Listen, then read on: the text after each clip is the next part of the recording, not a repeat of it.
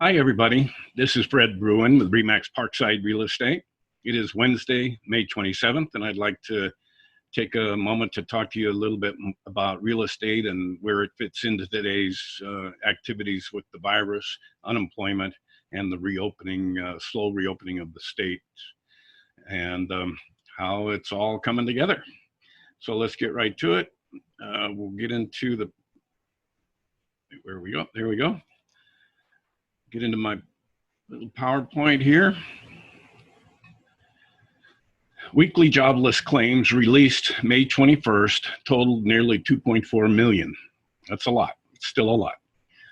Yet, continuing claims workers already unemployed and collecting benefits have leveled off. So what that means is that workers coming back into the economy, whether temporary or full-time, are at the same levels as those going out. So the actual number of unemployed people seems to have leveled off. It's a good thing. This is what the number of claims looks like by week. Of course, we peaked March 28th, and the number of new unemployment claims has been declining since. And this week of May 23rd, the estimate of 2 million, we'll have that actual number probably midweek next week. But the trend is good here. So employers are stating that 75% of the jobs lost, there are temporary layoffs and furloughs. 75% of those lost or furloughed are temporary. Another stat that's interesting, for every 10 layoffs recently, there are 3 new hires. And these are the kind of people that are hiring. Firms like Amazon, Walmart, CVS Healthcare, Domino's Pizza, and other companies that saw increased demand in the reaction to the pandemic and partial shutdown. Danil Cherkasky, he's Showtime Chief Analytics Officer. Showtime is an application the real estate industry uses to schedule buyer showings, appointments. In the beginning of April marked the absolute bottom of per capita real estate activity since the Great Depression, as 3/4 of buyer traffic evaporated, just went away. Yet, that was immediately followed by an unprecedented turnaround. We've seen a significant rebound in May as rapidly returning buyer traffic concentrates on the subdued or low levels of inventory. I'll show you that this is the chart from Showtime. So in the beginning of the year, we know we start slow, but we know we very quickly see increase in activity. Into the prime selling season, the virus became front page news and boom, it stopped. Came to a screeching halt, but very quickly has turned around and we're starting to see a tremendous swell of buyer activity out there in the market again. Looking at that limited inventory. For the 4th consecutive week, the 30-year fixed rate mortgage has been below 3.3%, giving potential buyers a good reason to continue shopping even amid the pandemic. And as states reopen, we're seeing purchase demand improve remarkably fast, now essentially flat or equal to what it was a year ago. Again, tremendous buyer activity out there. And for you buyers that are looking, it is a good time to be looking because rising household income and historically low mortgage rate environment has propelled house buying power growth, outpacing house price appreciation nationally. Strong median house buying power relative to median sale price implies that housing is not overvalued today.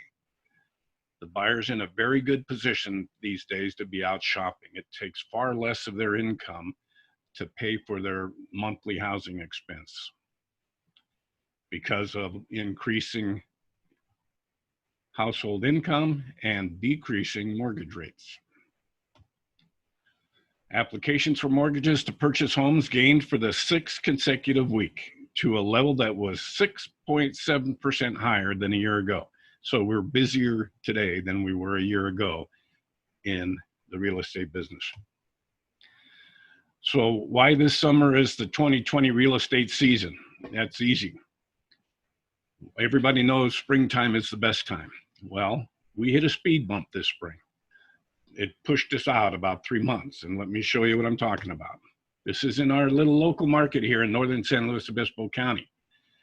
What we're looking at here, this blue trend line, the number of new listings coming on the market, then COVID-19 comes and we start falling off again. And around May 1st, the uncertainty is waning and we're starting to see more and more new listings come on the market. Same thing with properties going into escrow. Started out very strong this year. COVID-19 discussion erupts and boom, fewer and fewer homes going into escrow. But here we've turned the corner. Buyers are out making offers. We're getting accepted offers, and we're seeing more and more properties being reported as under contract.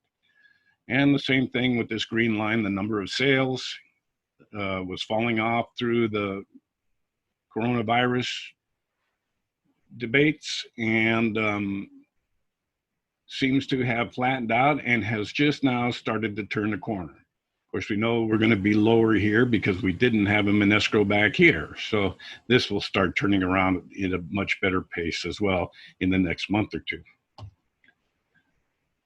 This is a look at the properties out there, all those properties with signs in the front yard. As of January 1st through, I updated this yesterday. The red one is the number of homes under contract. The blue is fully available. And the green is the total of these two together.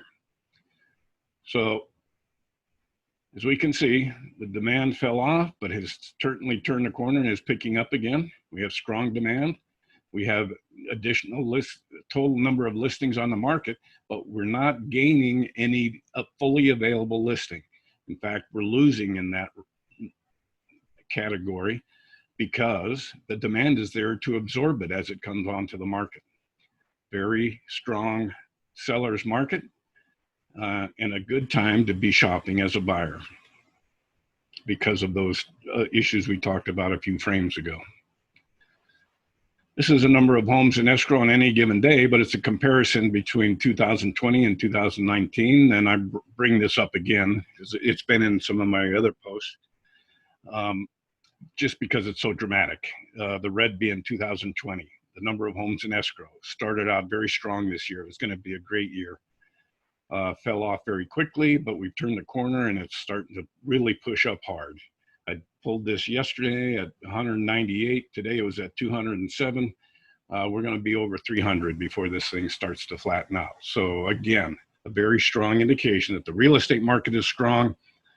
The real estate market is going to be pulling the economy back. Plenty of activity. We're going to have a very robust summer and fall and probably a strong winter, spring again next year. Quick plug for my buyer and seller guides. They'll be out in early June. And if you'd like a copy, get a hold of me and I'd be happy to get them to you. So there you have it. Strong real estate market.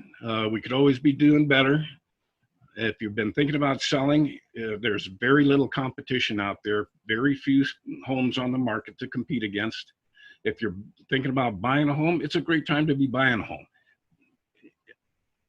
The economy leading up to the virus was pushing incomes up, and the low interest rates, which should remain low at least for the next 10, 12 months, makes for a great environment for buyers for easy qualifying and better affordability.